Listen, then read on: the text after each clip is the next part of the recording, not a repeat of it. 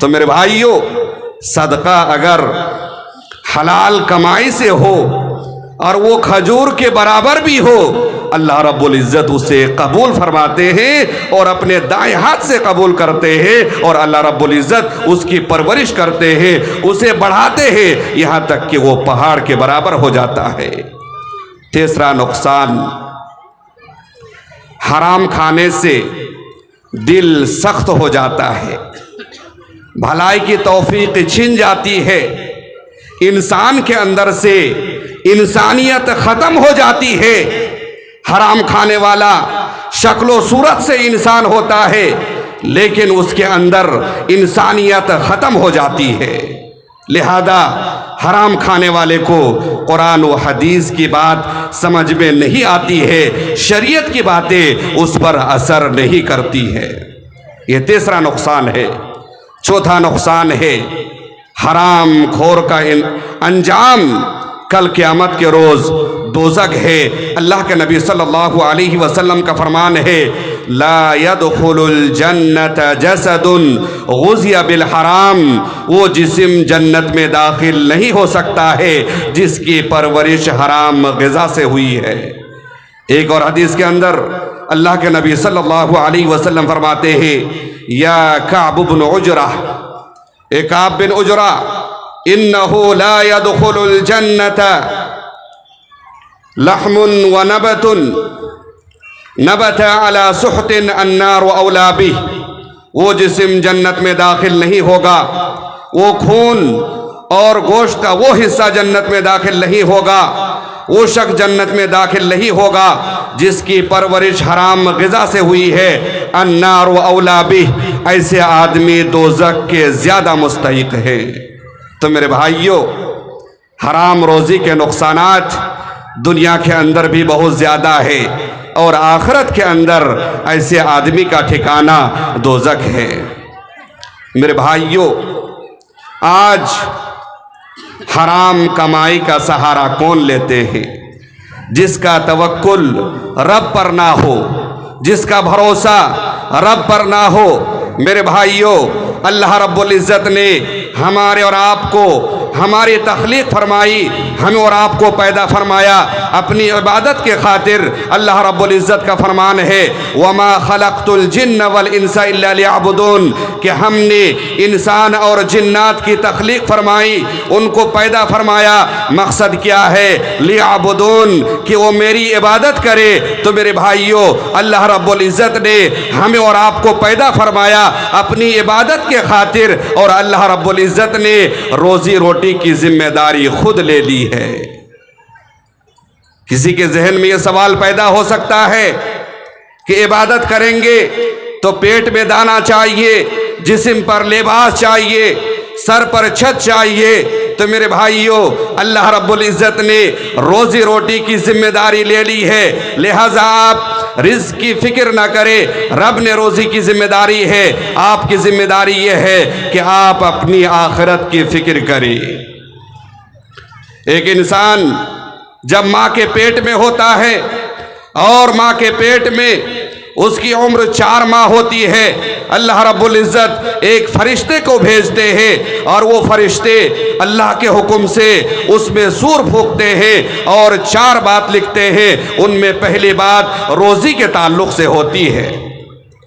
اللہ کے نبی صلی اللہ علیہ وسلم کا فرمان ہے، ان احدکم یجمع خلقہ فی بطن امہ فی 40 یوما، تم میں سے ہر شخص ماں کے پیٹ میں 40 دن تک نطفے کے شکل میں ہوتا ہے، ثم یکون علقۃ مثل ذلک، اسی طرح 40 دن جمع ہوئے خون کی شکل میں ہوتا ہے، ثم یکون مضغۃ مثل ذلک، پھر اسی طرح 40 دن گوشت کے لتھڑے کی شکل میں ہوتا ہے۔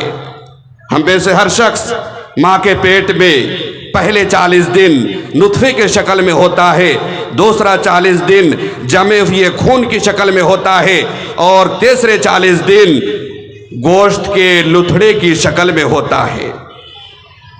یہاں تک کہ جب 4 ماہ مکمل ہو جاتے ہیں، ثم یرسل اللہ الملک الیہ، پھر اللہ رب العزت اس بندے کی طرف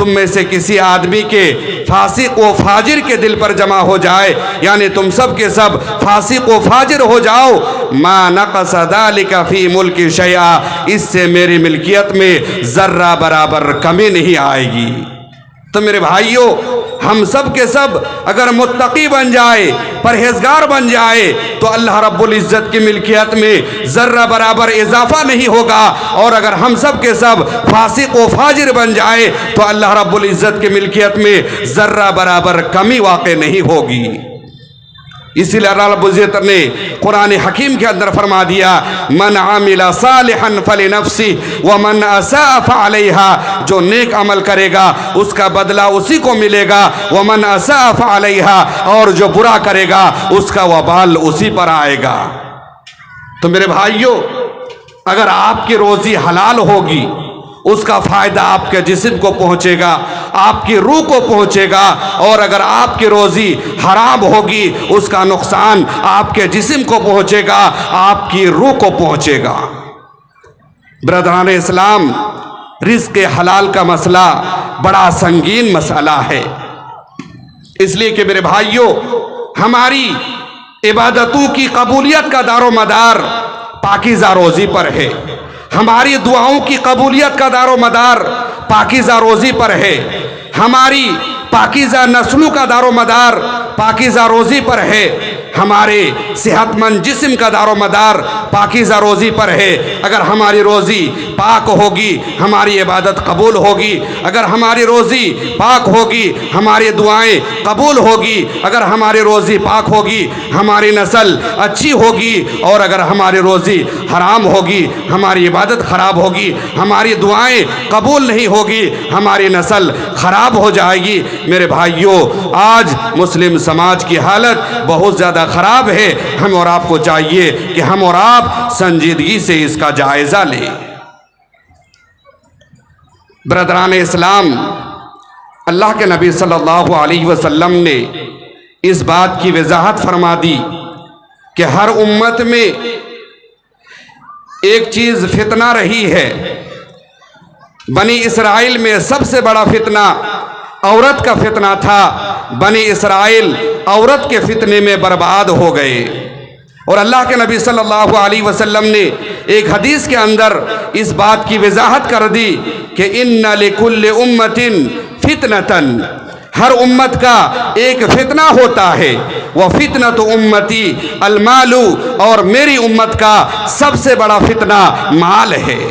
تو میرے بھائیوں، آج مال کے چکر میں مسلم سماج کا ایک بڑا طبقہ صراط مستقیم سے دور ہو چکا ہے، وہ گمراہ ہو چکا ہے۔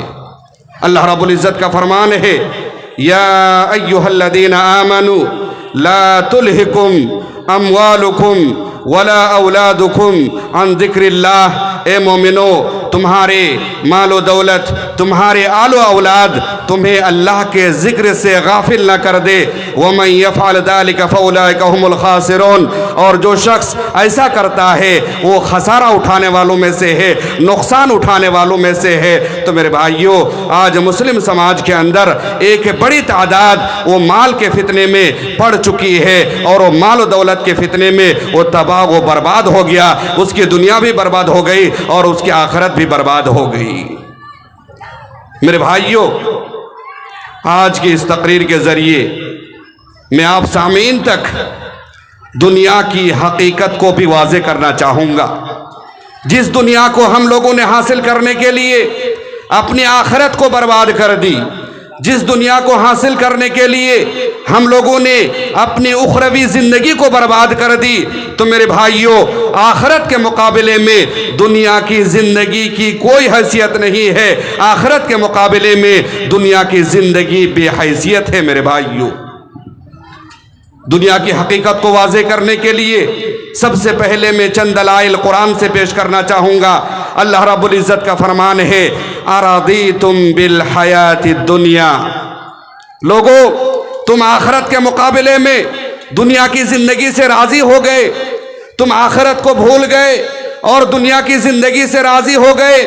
فَمَا مَتَاعُ الْحَیَاةِ الدُّنْیَا فِي الْآخِرَةِ إِلَّا قَلِیلٌ، لوگوں آخرت کے مقابلے میں دنیا کی زندگی بہت قلیل چیز ہے، اس کی کوئی حیثیت نہیں ہے، حقیر چیز ہے۔ ایک اور مقام پر اللہ رب العزت کا فرمان ہے قُلْ مَتَاعُ الدُّنْيَا قَلِيلٌ۔ اللہ کے نبی صلی اللہ علیہ وسلم آپ لوگوں سے کہہ دیجئے کہ دنیا کی زندگی اور یہ دنیا کے ساز و سامان قلیل ہے، بہت کم ہے۔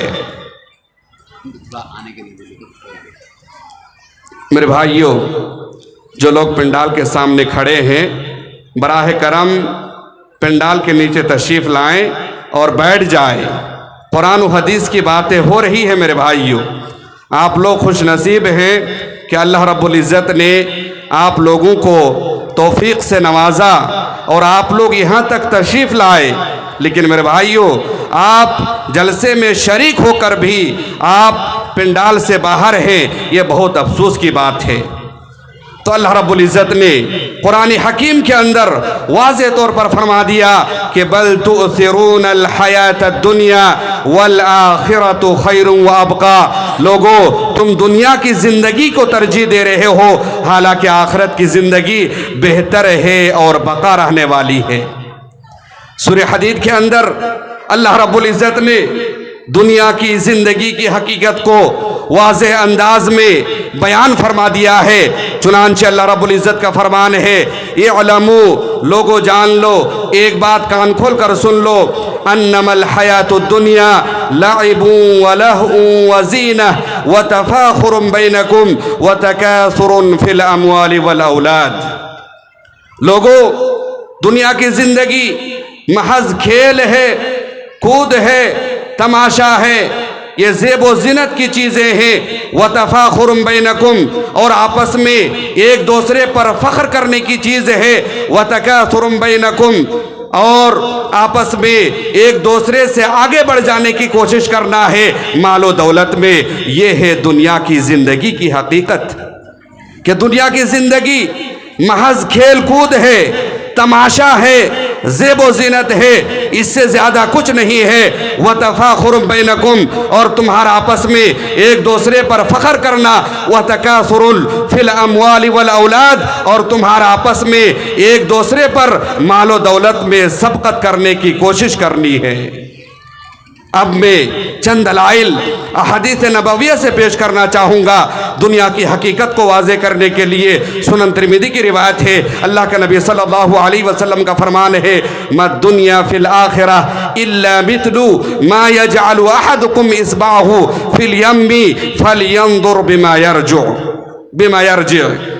لوگو تم دنیا کی زندگی کو ترجیح دیتے ہو آخرت کی زندگی پر، سن لو آخرت کے مقابلے میں دنیا کی زندگی کی کیا حقیقت ہے۔ مَا الدُّنْيَا فِي الْآخِرَةِ، آخرت کے مقابلے میں دنیاوی زندگی کی مثال ایسی ہے جس طرح تم میں سے کوئی آدمی اپنی انگلی کو سمندر میں ڈالے، فَلْيَنْظُرْ، پھر وہ آدمی دیکھے، بِمَا يَرْجِعُ، اس کی انگلی سمندر کا کتنا پانی اپنے ساتھ لاتی ہے۔ تو میرے بھائیوں ایک انگلی کو سمندر میں ڈالنے سے انگلی کے ساتھ پانی کا ایک قطرہ آ سکتا ہے، 2 قطرہ آ سکتا ہے۔ جس طرح سمندر کے پانی کے سامنے ایک قطرہ پانی کی کوئی حیثیت نہیں ہے، ٹھیک اسی طرح آخرت کی زندگی کے مقابلے میں دنیا کی زندگی کی کوئی حیثیت نہیں ہے۔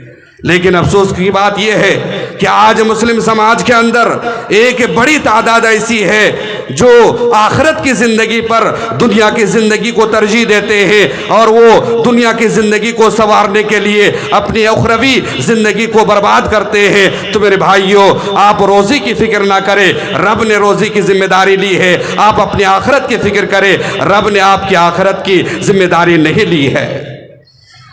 ایک حدیث بیان کروں گا، اس کے بعد میں اپنی بات ختم کروں گا۔ مسلم شریف کی روایت ہے، اللہ کا نبی صلی اللہ علیہ وسلم دنیا کی زندگی کی حقیقت کو بیان کرتے ہوئے اللہ کے نبی صلی اللہ علیہ وسلم نے ایک مثال پیش کی۔ ایک روز کا واقعہ ہے، اللہ کے نبی صلی اللہ علیہ وسلم کا گزر ہوا ایک بکری کے بچے کے پاس سے، جو بکری کا بچہ مرا ہوا تھا، اس کے دونوں کان کٹے ہوئے تھے، اس کے کان چھوٹے تھے۔ مسلم شریف کی روایت ہے، حدیث کے الفاظ ہیں فَمَرَّ بِجَدْءٍ أَسَكَّ مَيِّتٍ، اللہ کے نبی صلی اللہ علیہ وسلم کا گزر ایک بکری کے مردے بچے کے پاس سے ہوا جس کے دونوں کان کٹے ہوئے تھے۔ فَأَخَذَهُ، اللہ کے نبی صلی اللہ علیہ وسلم اس بکری کے بچے کو پکڑتے ہیں اور اسے اٹھاتے ہیں اور صحابہ کرام سے سوال کرتے ہیں اَيُّكُمْ يُحِبُّ أَنَّ هَذَا لَهُ بِدِرْهَمْ، صحابہ کرام کی جماعت آپ میں سے کون اس بات کو پسند کرتے ہیں کہ بکری کے اس بچے کو 1 درہم کے عوض لے؟ صحابہ کرام جواب میں فرماتے ہیں اللہ کے نبی صلی اللہ علیہ وسلم ہم لوگ اس بکری کے بچے کو لے کر کیا کریں گے؟ پھر اللہ کے نبی صلی اللہ علیہ وسلم دوسرا سوال کرتے ہیں اتحبون ان هذا لکم، کیا تم اس بات کو پسند کرتے ہو کہ اس بکری کے بچے کو تم مفت میں لو، فری میں لو؟ صحابہ کرام جواب میں فرماتے ہیں لو کان حیا کان عیبا فیہ، اللہ کے نبی صلی اللہ علیہ وسلم یہ بکری کا بچہ اگر زندہ ہوتا تب بھی یہ عیب دار ہوتا، جائے کہ یہ بکری کا بچہ مردہ ہے۔ اللہ کے نبی صلی اللہ علیہ وسلم آگے فرماتے ہیں اللہ کی قسم للدنیا اہون علی اللہ من ھذا علیکم، جس طرح تمہارے نزدیک یہ بکری کا مردہ بچہ جس کا کان کٹا ہوا ہے، جس طرح یہ بچہ تمہارے نزدیک حقیر ہے، اللہ رب العزت کے نزدیک دنیا اس سے کہیں زیادہ حقیر ہے۔ برادران اسلام، اللہ کے نبی صلی اللہ علیہ وسلم نے اس حدیث کے اندر دنیا کی زندگی کی حقیقت کو واضح انداز میں بیان فرما دیا۔ ایک بکری کا بچہ جو مردہ ہے، کان کٹا ہوا ہے، اسے کوئی مفت میں بھی لینا پسند نہیں کرے گا، یہ لوگوں کے نزدیک حقیر شے ہے، اللہ رب العزت کے نزدیک دنیا اس سے کہیں زیادہ حقیر ہے۔ لیکن افسوس کی بات یہ ہے کہ آج ہم لوگ دنیا کی زندگی کو سنوارنے کے چکر میں اپنی اخروی زندگی کو برباد کر دیے۔ تو میرے بھائیوں، آخرت کے مقابلے میں دنیا کی زندگی کی کوئی حیثیت نہیں ہے، لہذا آج کے اس بیان کے ذریعے آپ سامعین تک یہی پیغام پہنچانا چاہوں گا کہ میرے بھائیوں، آپ کی روزی حلال ہونی چاہیے۔ اگر ہماری روزی حلال ہوتی ہے میرے بھائیوں، ہم عبادت میں خوشی محسوس کریں گے، ہم عبادت میں لذت محسوس کریں گے، ہماری دعائیں قبول ہوگی، ہماری عبادتیں قبول ہوگی، ہماری آنے والے نسلیں پاکیزہ ہوگی، ہمارا سماج اور سوسائٹی برائی سے بالکل پاک و صاف ہوگا۔ میرے بھائیوں، آپ دنیا کی زندگی کی حقیقت کو سمجھنے کی کوشش کریں، آخرت کے مقابلے میں اس کی کوئی حیثیت نہیں ہے۔ یہی وجہ ہے کہ اللہ رب العزت نے اس بات کی وضاحت فرمائی کہ بل تؤثرون الحیات الدنیا والآخرۃ خیر وابقی، لوگوں تم دنیا کی زندگی کو ترجیح دیتے ہو، حالانکہ آخرت کی زندگی بہتر ہے، بقا رہنے والی ہے۔ تو میرے بھائیوں، ایک انسان جب دنیا سے رخصت ہوگا اس کے ساتھ 3 چیزیں جائے گی، 2 چیزیں واپس آ جائے گی، 1 چیزیں باقی رہے گی اور وہ ہے عمل صالح۔ اللہ کے نبی صلی اللہ علیہ وسلم کا فرمان ہے کہ یتبع المیت ثلاثۃ، ایک میت کے پیچھے 3 چیزیں جاتی ہے، یتبعہ اہلہ ومالہ وعملہ، میت کے ساتھ اس کے دوست احباب جاتے ہیں، خیش و اقارب جاتے ہیں، اس کے بیٹے جاتے ہیں، ومالہ، تدفین کے اوزار جاتے ہیں۔ زمانہ جاہلیت میں لوگ میت کے ساتھ گھوڑے بھی لے جاتے تھے، اگر اس کا غلام ہوتا غلام بھی لے جاتے، ٹھیک اسی طرح میت کے ساتھ اس کے مال بھی جاتے ہیں اور اس کے اعمال بھی جاتے ہیں، ان میں سے 2 چیزیں واپس آ جاتی ہے، اہلہ و مالہ، اس کے اہل و عیال واپس آ جاتے ہیں، اس کا مال واپس آ جاتے ہیں، ویبقى واحد، ایک چیز باقی رہتی ہے، عملہ، وہ ہے اس کا عمل۔ میرے بھائیوں، عمل 2 طرح کے ہوتے ہیں، ایک عمل جو قرآن و حدیث کے مطابق ہو، ایک عمل جو قرآن و حدیث سے ہٹ کر ہو۔ میرے بھائیوں، اگر آپ کا عمل نیک ہو، صالح ہو، آپ کا انجام بہتر ہوگا، اگر آپ کا عمل غیر صالح ہے آپ کا انجام برا ہوگا۔ کیا ہے کسی شاعر نے کیا ہے خوب کہا ہے کہ عمل سے زندگی بنتی ہے، عمل سے زندگی بنتی ہے، جنت بھی جہنم بھی، یہ خاکی اپنی فطرت میں نہ نوری ہے نہ ناری۔ تو میرے بھائیوں، ہمارے ساتھ ایک ہی چیز جائے گی اور وہ ہے عمل۔ عمل اگر نیک ہے، صالح ہے، ہمارا انجام بہتر ہوگا، عمل اگر برا ہے تو ہمارا انجام قبر کے اندر بھی برا ہوگا اور حشر میں بھی ہمارا انجام برا ہوگا۔ اللہ رب العزت ہم سب کو کہنے اور سننے کے ساتھ ساتھ عمل کی توفیق عطا فرمائے۔ اللہ رب العزت ہم سب کو قرآن و حدیث کے مطابق زندگی گزارنے کی توفیق عطا